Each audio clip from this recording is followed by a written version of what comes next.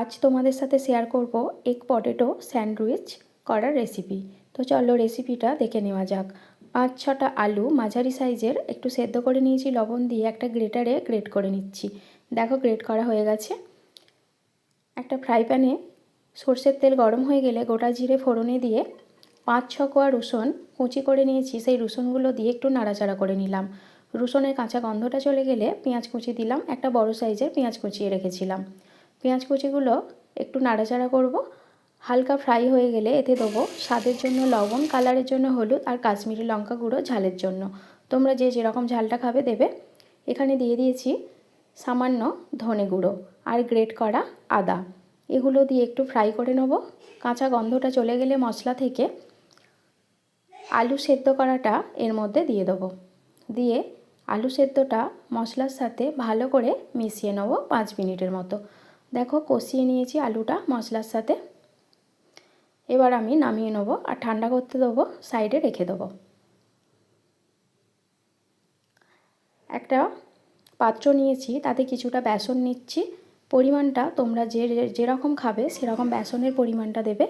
স্বাদের জন্য লবণ দিয়েছি, কালারের জন্য হলুদ দিয়েছি আর গরম মশলা দিয়েছি। আর একটা ডিম এতে ফাটিয়ে নিচ্ছি।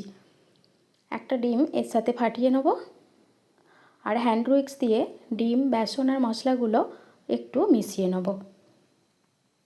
সামান্য জল দিয়ে ব্যাটারটা না ঘন না পাতলা সেরকম বানাবো, তোমরা দেখলেই বুঝতে পারবে। যারা আমার চ্যানেলে নতুন দেখছো অবশ্যই তারা চ্যানেলটা সাবস্ক্রাইব করে দেবে নতুন নতুন ভিডিও আপডেট পাওয়ার জন্য। দেখো ব্যাটারটা দেখিয়ে দিলাম। আর স্লাইস ব্রেড নিয়েছি, এই ব্রেডগুলো আমি দেখিয়ে দেবো কীরকমভাবে মশলা দেবো। একটা ব্রেডে চামচে করে যে আলুর মিশ্রণটা করেছিলাম মশলা দিয়ে, সেই আলুর মিশ্রণটা ভালো করে একটা ব্রেডে মাখিয়ে নিয়ে তার উপরে আর একটা ব্রেড দিয়ে ছুরি দিয়ে মাঝখান থেকে কেটে স্যান্ডউইচের আকারে করে নেব। ভিডিওটা ভালো লাগলে অবশ্যই কিন্তু লাইক করবে, শেয়ার করবে আর অবশ্যই আমাকে কমেন্ট করে জানাবে আমার রেসিপিটা তোমাদের কেমন লেগেছে। তোমরা কিন্তু বাড়িতে অবশ্যই বানিয়ে খেয়ে দেখতে পারো। সন্ধ্যার টিফিনে কিন্তু দুর্দান্ত লাগে এই এগ পটেটো স্যান্ডউইচ রেসিপিটা। দেখো মাঝখান থেকে একটা ছুরি দিয়ে কেটে নিয়েছি। আলুর মিশ্রণটা আমি একে একে প্রত্যেকটা ব্রেডের ওপর লাগিয়ে দেবো। তার উপরে একটা ব্রেড চাপিয়ে ছুরি দিয়ে কেটে স্যান্ডউইচের আকারে বানিয়ে নেব। দেখো বাড়িতে কম মশলা কম উপকরণ দিয়ে এরকম টেস্টি হেলদি রেসিপি বানিয়ে খেতে কিন্তু বাচ্চা থেকে বড় সবার খুব ভালো লাগে। সকালে বা সন্ধ্যার টিফিনে গরম গরম এগ স্যান্ডউইচ কিন্তু চা বা কফির সাথে দুর্দান্ত খেতে লাগে। দেখো সাদা তেল গরম করে যে ব্যাটারটা বানিয়েছিলাম বেসন আর ডিমের, সেই ব্যাটারের ওপর